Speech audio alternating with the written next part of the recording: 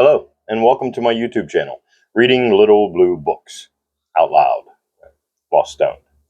In this video, we're going to start a new, big Little Blue book.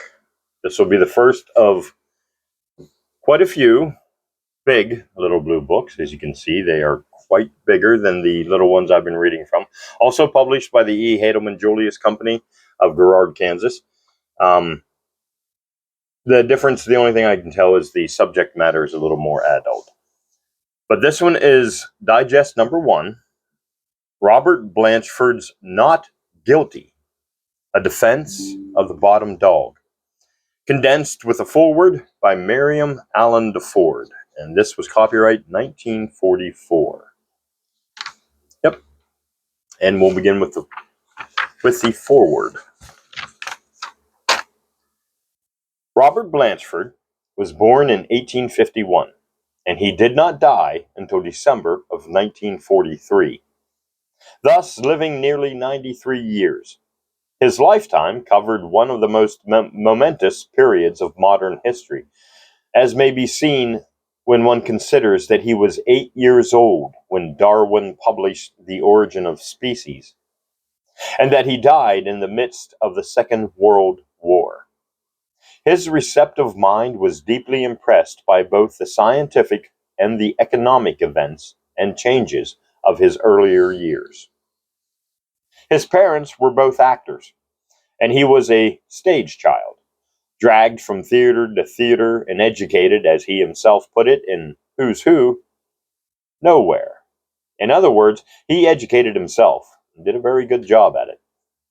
He was apprenticed to a brushmaker, but escaped from the trade at the end of his apprenticeship and enlisted in the Dublin Fusiliers. He left the army as a sergeant in 1876 and became first a clerk in Norwich and then in London a newspaper reporter. From 1884 to 1891, he supported his wife and 3 children by working on various London papers. In the later years, he founded his own paper, The Clarion, with which he was identified for many years. The Clarion was a socialist paper, and Blanchford remained a socialist for the rest of his life. His first book, Merry England, the title was bitterly ironical, is said to have converted more people to socialism than any volume ever published. He followed it up with God and My Neighbor in 1903 and Not Guilty in 1905. He also wrote novels and, at 80, an autobiography. But the 3 books named above are his important legacy to posterity. During the period when these books appeared, Blanchford was also a free thinker, as will be quite evident from the condensation of Not Guilty.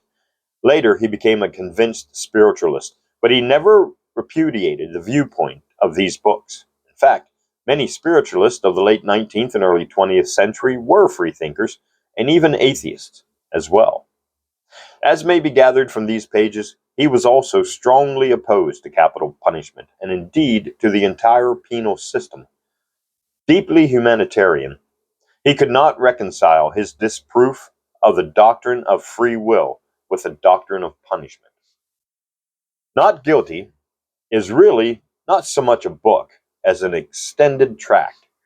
It makes no pretensions to being literature, but it is clearly and forcefully written, and so compact that it is difficult to abridge. There is about it a certain faint aura of sentimentality which dates it as belonging to its innocent era, but its arguments are as cognate now as they were then. Certainly it is a book which belongs in the library of every rationalist, and its simple approach makes it an ideal medium for the conversation of those just beginning to emerge from religious orthodoxy. The case against freedom of the will and the relative influence of hereditary and environment have never been better presented in popular form, while Blanchford's homely illustrations of his points have an ingratiating eloquence of their own, both good-tempered and earnest. The only material eliminated to make the present condensation is his long quotations from various publicists and scientists and his answers to forgotten questions. The few anachronisms which will be readily understood I have ignored. That's the foreword. These are very small chapters. So, beginning, the author's apology.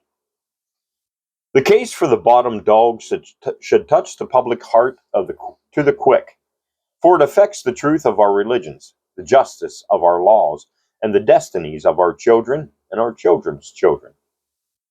Much golden eloquence has been squandered in praise of the successful and the good.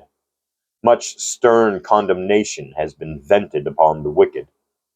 I venture now to plead for those of our poor brothers and sisters who are a curse of Christ and rejected by men. Hitherto, all the love, all the honor, all the applause of this world, and all the rewards of heaven have been lavished on the fortunate and the strong, and the portion for the unfriended bottom dog in his adversity and weakness has been curses, blows, chains, the gallows, and everlasting damnation. I shall plead, then, for those who are loathed and tortured and branded as the sinful and unclean, for those who have hated us and wronged us, and have been wronged and hated by us. I shall defend them for right's sake, for pity's sake, and for the benefit of society and the race. For these also are our flesh. These also have erred and gone astray. These also are victims of an inscrutable and relentless fate. If it concerns us that the religions of the world are childish dreams or nightmares, if it concerns us that our penal laws and moral codes are survivals of barbarism and fear, if it concerns us that our most cherished and venerable ideas of our relations to God and to each other are illogical and savage, then the case of the bottom dog concerns us nearly. If it moves us to learn that disease may be prevented, that ruin may be averted, that broken hearts and broken lives may be made whole, if it inspires us to hear how beauty may be conjured out of loathsomeness and glory out of shame, how waste may be turned to wealth and death to life and despair to happiness, then the case for the bottom dog is a case to be well and truly tried.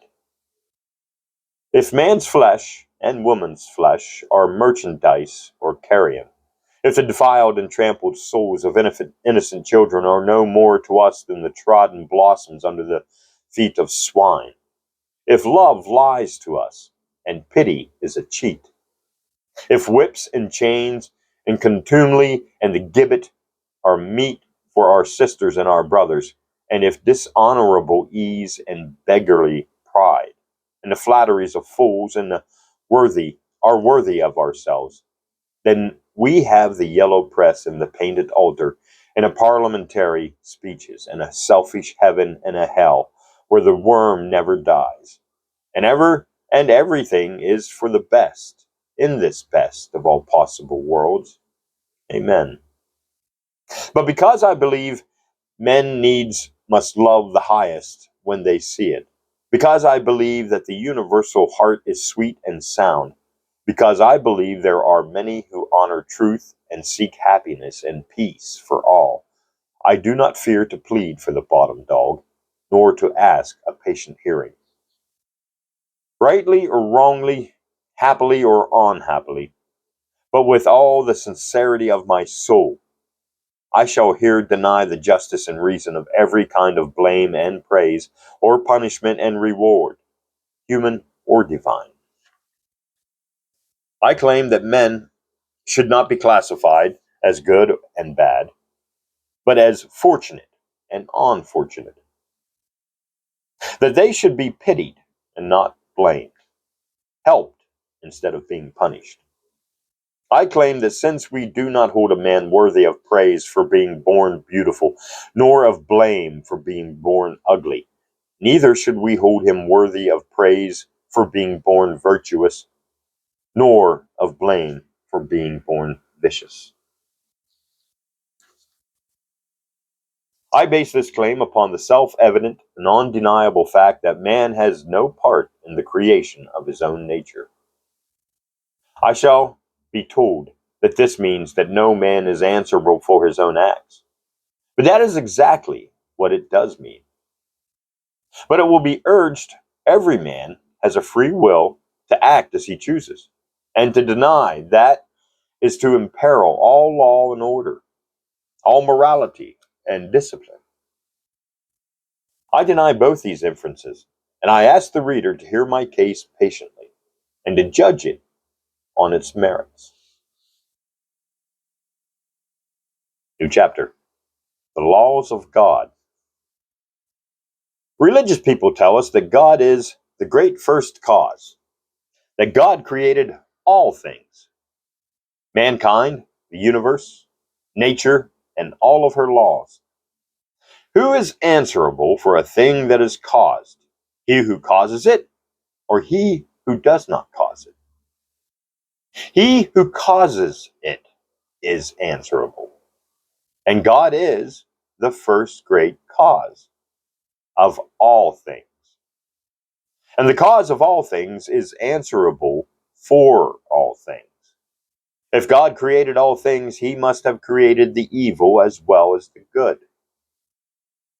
Who then is responsible for good and evil? Only God, for he made them. He who creates all is responsible for all. God created all. God is responsible for all. He who creates nothing is responsible for nothing. Man created nothing. Man is responsible for nothing. Therefore, man is not responsible for his nature, nor for the acts prompted by that nature. Therefore, God cannot justly punish man for his acts. Therefore, the divine law, with its code of rewards and punishments, is not a just law, and cannot have emanated from a just God. Therefore, the Christian religion is built upon a foundation of error, and there are no such things as God's wrath, God's pardon, heaven, or hell. God is all-knowing as well as all-powerful. Not only has he power to create at will a true guide or a false guide, but he knows when he creates a guide and when he bestows that guide upon man, whether it will be a true or a false guide. Therefore, when God created the reason or the conscience and gave it to man, he knew whether the reason or the conscience would guide man right or wrong. If the power made and bestowed by God leads man wrongly, it is leading man as God willed and knew it would lead him. How then can God justly blame man for the acts that reason or power creates?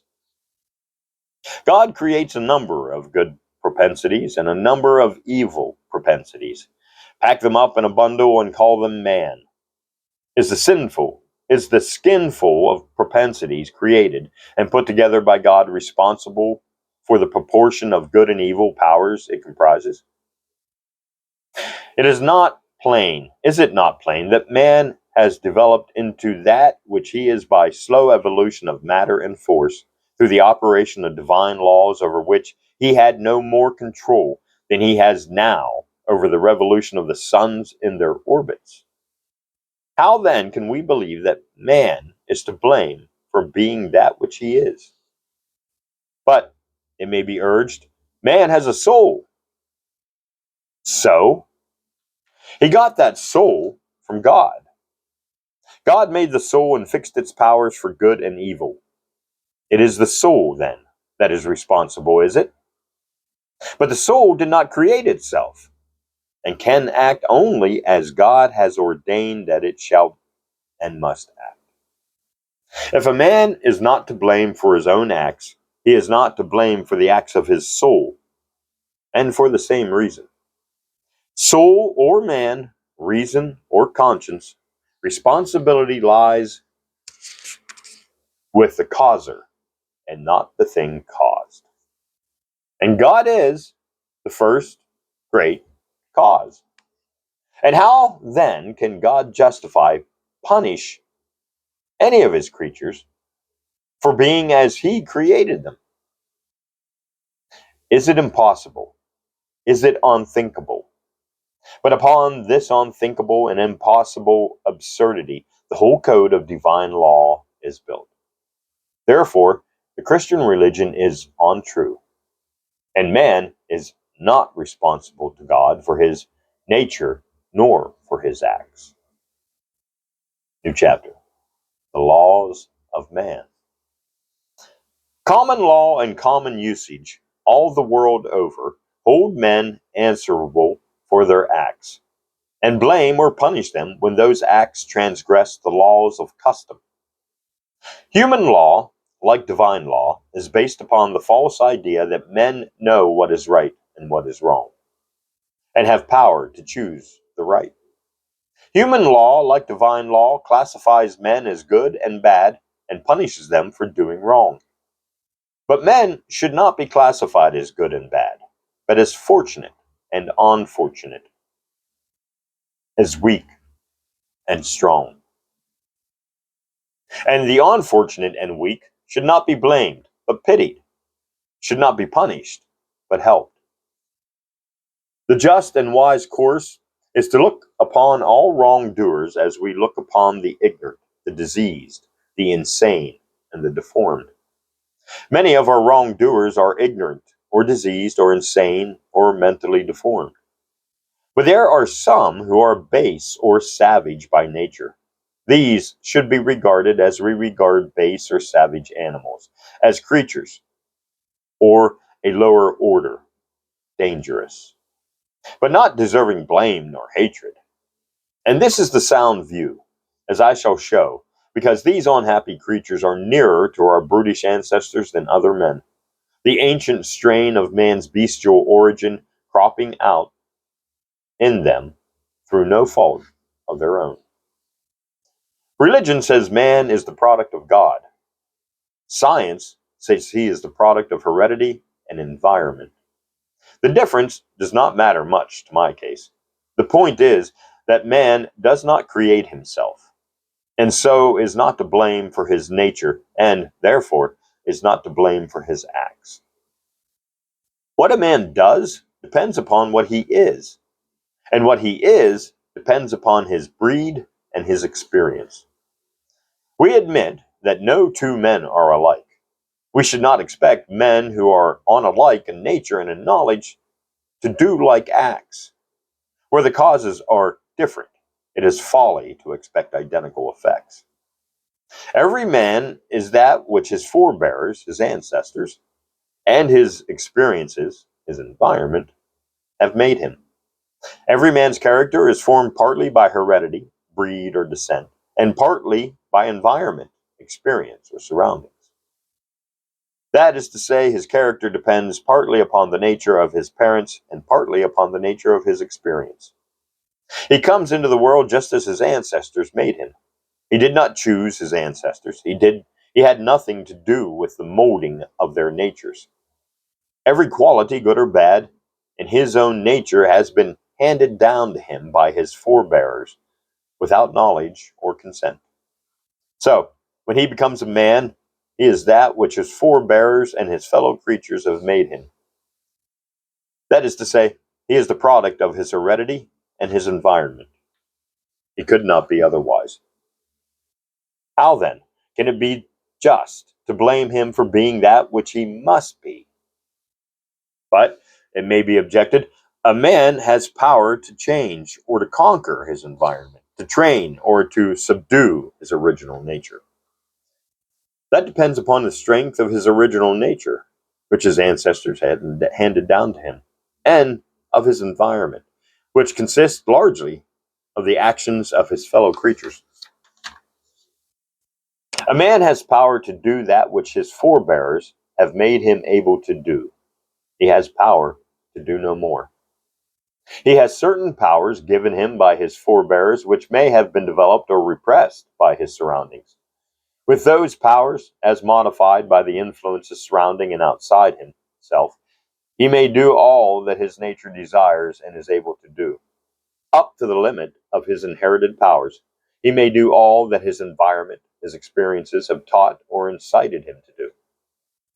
To speak of a man's conquering his environment is the same thing as to speak of a man's swimming against the stream. He can swim against the stream if he has strength and skill to overcome the stream. His strength is his heredity. His skill is the result of his environment. If his strength and skill are more than equal to the force of the stream, he will conquer his environment. If the stream is too strong for him, he will be conquered by his environment. His acts, in short, depend wholly upon his nature and his environment, neither of which is of his own choosing. As we do not blame a man for being born with red or black hair, why should we blame him for being born with strong passions or base desires? If it is foolish to blame a child for being born with a deformed or weak spine, how can it be reasonable to blame him for being born with a deformed or weak brain? The nature and quality of his hair and his eyes, of his spine and his brain, of his passions and desires were all settled for and not by him before he drew the breath of life. If we blame a man because he has inherited fickleness from an Italian grandfather, or praise him because he has inherited steadfastness from a Dutch grandmother, we are actually praising or blaming him because before he was born, an Italian married a Hollander. If we blame a man for inheriting cupidity from an ancestor who was greedy and rapacious, or from inheriting licentious inclinations from an ancestor who was a rake, we are blaming him for failing to be born of better parents. Man becomes that which he is by the action of forces outside himself. Therefore, it is unjust to blame a man for being that which he is. Therefore, it is unjust to blame him for doing that which he does. Therefore, our human laws, which punish men for their acts, are unjust laws. We'll pause there for hydration. Cottonmouth is a terrible thing. This hydration break brought to you by Maddie. Hydrate, Maddie. New chapter. Where do our natures come from? This is going to be a short one. It's like a quarter of a page. I hope the reader will not fight shy of heredity. I trust he will find it quite simple and interesting, and I promise him to use no unfamiliar words nor to trouble him with difficult and tedious scientific expositions. I deal with heredity before environment because it is needful to take them one at a time, and heredity comes first, as birth before schooling. But we must not fall into the bad habit of thinking of heredity and environment apart from each other, for it is both, and not either of them, that make man's character. Now, what do we mean by heredity? Heredity is descent or breed. Heredity, as the word is here used, means those qualities which are handed down from one generation to the next. It means those qualities which a new generation inherits from the generation from which it descends. It means all that is bred in the bone. If a man inherits a Grecian nose, a violent temper, well-knit muscles, a love of excitement, or a good ear for music from his father or mother, that quality or feature is part of his heredity. It is bred in him. Every quality a child possesses at the moment of birth, every quality of body or of mind, is inherited from his parents and their ancestors, and the whole of those qualities, which are the child, are what we call heredity. No child brings into the world one single quality of body or mind which has not been handed down to it by its ancestors. And yet, no two children are exactly alike, and no child is exactly like any one of its forebears. This difference of children from each other and from the parents' stock is called variation. Hundreds of books and papers have been written about variation, and to read some of them, one might suppose variation to be a very difficult subject. But it is quite simple, and will not give us any trouble at all. Let us see. New chapter. Why are we not all alike? The cause of variation can be easily understood. Variation is due to the fact that every child has two parents. If these two parents were exactly alike, and if their ancestors had been all exactly alike, their children would be exactly alike each other and like their parents. But the father and mother are of different families, of different natures, and perhaps of different races. And the ancestors of the father and mother, millions in number, were all different from each other in nature and in descent. Now, since a child inherits some qualities from its father and some from its mother, it follows that if the father and mother are different from each other, the child must differ from both and yet resemble both. For he will inherit from the father qualities which the mother has not inherited from her ancestors, and he will inherit from the mother qualities which the father did not inherit from his ancestors. So the child will resemble both parents without being an exact copy of either. He varies from both parents by inheriting from each. But heredity goes further than that, and variation is more complex than that. We must not think of a man as inheriting from his father and mother only. He inherits from the parents of both his parents, and from thousands of ancestors before those. He inherits from men and women who died thousands of years before he was born. He inherits from the caveman, from the tree man, from the ape man, from the ape, and from the beast before the ape. The child in the womb begins as a cell and develops through the stages of evolution, becoming an embryo, worm, fish, quadruped, ape, finally, a human baby. The child is born with the bodily and mental qualities inherited from many generations of beasts and many generations of men. And one of the most ancient qualities of mind or body may crop up again in a modern child. Children have been born with tails. Children have been born with 6 nipples like a dog instead of with 2 like a human being. And now I will explain simply and briefly what we mean by the word atavism. This, this reversion to older and lower types, or breeding back, is important because it is the source of much crime, the origin of many bottom dogs, as we shall see. But at present, we need notice only the heredity, or breed, reaches back through immense distances of time, so that a man inherits not only from savage ancestors, but also from the brutes.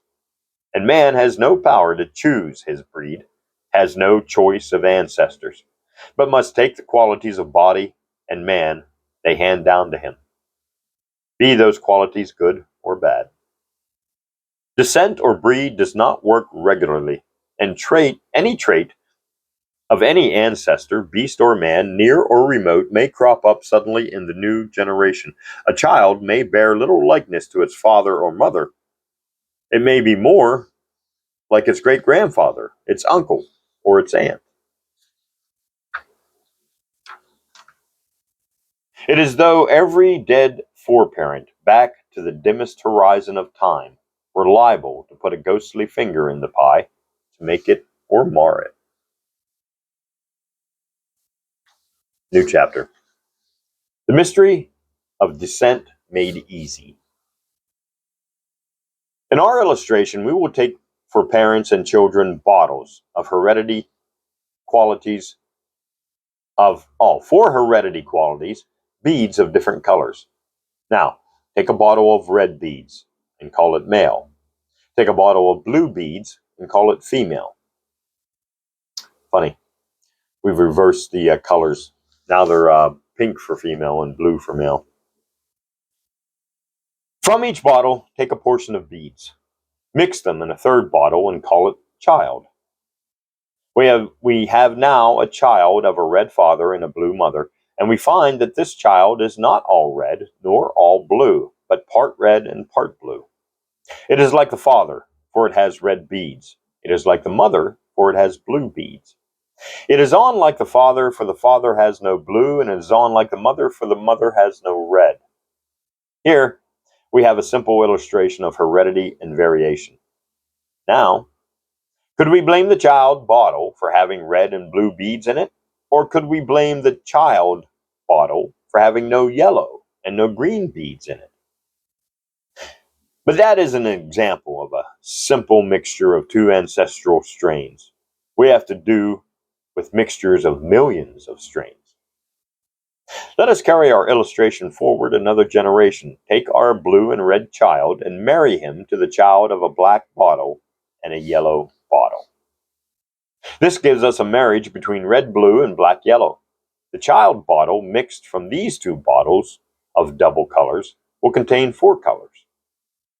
He will inherit from grandfather red and grandmother blue, from grandfather black and grandmother yellow, and from father red blue and mother black yellow. He will be like the 6 foreparents, but instead from each of them. But different from each of them. Can we blame this child for being made up of red, blue, black, and yellow? Can we blame it for having no purple nor white beads in its composition? No. These colors were mixed for the child and not by it. How could there be white or purple beads in this bottle when there were no white nor purple beads in the bottles from which it was filled? But what are the variation amongst brothers and sisters? That is easily understood. If the four colors in the ancestral bottles are evenly mixed, the grandchildren bottles will vary from their ancestors, but not from each other. As we know that brothers and sisters do vary from each other, we must conclude that the heredity qualities are not evenly mixed. It is as if, in the case of our marriage of red, blue, and black, yellow, there were 3 child bottles, of which one got more red and yellow, one more blue and red, and one more yellow and black than the others, so that the 3 brother bottles would differ from their foreparents and from one another. And as it would be foolish to blame the second bottle for having less red in it than the first, so it is foolish to blame a human child for having less intellect or less industry than his brothers. The variation in brothers and sisters is like the variation in the mixing of beads in our bottles. It is as though we made several tartan plaids of the same 4 colors, but in different patterns. It is like dealing hands of cards from a shuffled pack. There are 4 suits, but one hand may be rich in clubs, another in diamonds. And who, in a game of whist, would blame his partner for holding no trumps in his hand? The partner could play only the trumps dealt out to him. In no way can a child control the prenatal shuffling or dealing of the ancestral pack. Now, as to atavism, or breeding back. In the ancestral bottles called men and women, there are millions of different kinds of beads, and it sometimes happens that a particular kind of bead, or quality, which has lain dormant for a long time, perhaps for 1,000 years, will crop up in a new mixing. This lying doggo, or inactive, of some hereditary trait, may be likened to the action of a kaleidoscope. We do not see all of the fragments of colored glass at every turn, but they are all there. We do not see the same pattern twice, yet the patterns are made almost of the same colors and the same pieces. The only objection to our similes is that they are too simple. The mixture of bloods in descent is very much more extensive than our mixture of cards or beads. If we trace a child's descent back only 4 generations, we find that he has no fewer than 34 parents belonging to 16 different families. Another generation would reach 32 families. If we go back to 20 generations, we find the number of families drawn upon to be over 1 million. We all know that the different races of men differ from each other in color, in features, and in capacity. We have only to think for a little of the Japanese, the Americans, the Spaniards, and the Swedes to feel the full force of the term racial characteristics. We know that there is a great difference between the Irish and the Scots. We know that there is a great difference between the Italians and the Dutch. We know the strongly marked peculiarities of the Jews and the Greeks. Now, to blame a man for his nature is to blame him for not being like some other man. And how absurd it would be to blame a Norwegian for not being like a Jew, or a Gascon for not being like a Scot. Bach was a musical genius. Sheridan was witty. Nelson was brave. Rembrandt was a great painter. Because they were golden beads in their ancestral bottles. But they did not put them there. They inherited them, as Lord Tomnoddy inherits his land, his riches, and his plentiful lack of wit. We should not expect the daughter of Carmen to be like the daughter of Jeannie Deans, nor the son of Rawdon Crawley to be like the son of Parson Adams. We should indeed no more think of praising a man for inheriting the genius or the virtues of his ancestors than we would think of praising a man for inheriting his parents' wealth. Some of our British ancestors conquered at Hastings, and some of them did not. Some of our ancestors held the pass at Thornapple, and others ran away at Bunker Hill. Some were saints, and some were petty larcenists. Some were philosophers, and some were pirates. Some were knights, and some were savages. Some were gentle ladies, some were apes, and some were hogs. And we inherit from all of them. Some of our ancestors wore tails. Is it strange that some of our descendants should have what Winwood Reade called tailed minds? The ghosts of old tragedies haunt the gloomy vestibules of many human minds. The bottom dog may often be possessed of ancestral devils. He that is without inherited taint among us, let him cast the first stone. That's the end of part one. We're going to stop right there because that's the end of the chapter. So, that is the end of part one of Digest number 1, titled Not Guilty by Robert Blanchford. A defense of the bottom dog, condensed with a foreword by Miriam Allen DeFord. Thanks for listening. Join me in part 2.